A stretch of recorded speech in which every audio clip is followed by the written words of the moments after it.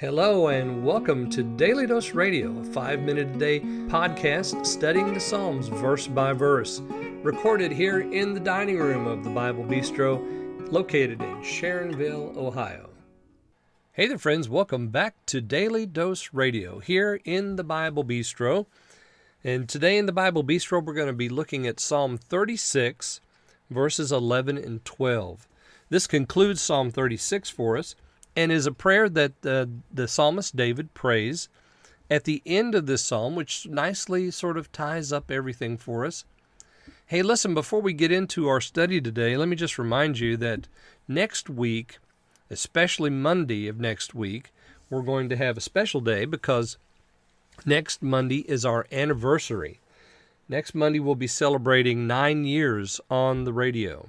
9 years of Daily Dose Radio. So we're in our third volume of Daily Dose Radio, and we've already done 2.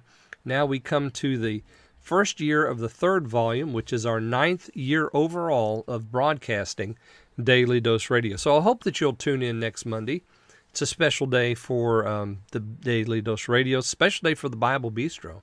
I always take a little extra time to tell you about the history of the program and how it all got started. So join me next Monday, and we're going to look next Monday at Psalm 37, but I'll begin with a little historical piece about Daily Dose Radio and how it got going. Today we're looking at verses 11 and 12, and let me read those for you. This is Psalm 36, verses 11 and 12.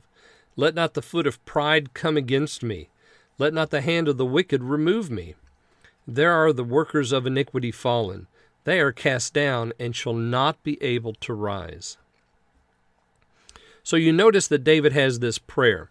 Let not the foot of pride come against me. Well, what is that he's talking about, the foot of pride? Well, you go back up to verse 2, and it's the wicked man again. There's no fear of God before his eyes. He flatters himself in his own eyes. So this is the foot of pride. Who in David's life could we attribute that to? Well, if you're thinking like I'm thinking of Saul, and I'm also thinking of Absalom. Both of those men were very proud men, and it could be that David's, when he writes this, he's thinking about Saul, or he's thinking about maybe he's currently under the persecution of Absalom as he writes this, and he's thinking about that, or it could be someone else. But he says, let it not come against me. Well, guess what? Sometimes the foot of pride does come against the righteous, doesn't it? They decide what's best, and you don't know what's best, therefore they're going to help you with that decision, right? And the foot of pride will come against it because, of course, as I said, they know what's best. And I say that, of course, facetiously. Let not the hand of the wicked remove me. So both foot and hand. So the foot of the wicked is prideful. It doesn't do good. It goes in a way that's not good. That's according to verses 3 and 4. The hand of the wicked, they're not doing good. Their work is not good. They're in a way that is not good, and they embrace evil with those hands. So David prays this prayer, don't let that foot come against me. Don't let that hand touch me or any of these that are upright in heart. I think he would probably include all of those that he's just talked about. And then 12 ends the prayer, there are the workers of iniquity fallen. They are cast down and shall not be able to rise. So this is the end result for this group that he describes up here in 1 through 4. If they don't enter through that mercy gate in verse 5, this is what happens. They fall down. They're cast down. They're not able to rise. So you notice the progression here. You go from falling to being cast down. There's a difference there.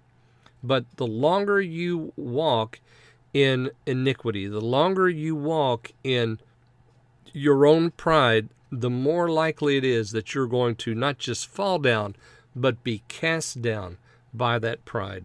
And you won't be able to rise up because there is a judgment. There is a judgment one day for the wicked. Well, join me again next time, and we're going to look at Psalm 37 here on Daily Dose Radio. Thanks for listening to Daily Dose Radio. For more fresh and delicious Bible studies, podcasts, books, and more, check out the Bible Bistro online and on YouTube. Join me again next time for Daily Dose Radio.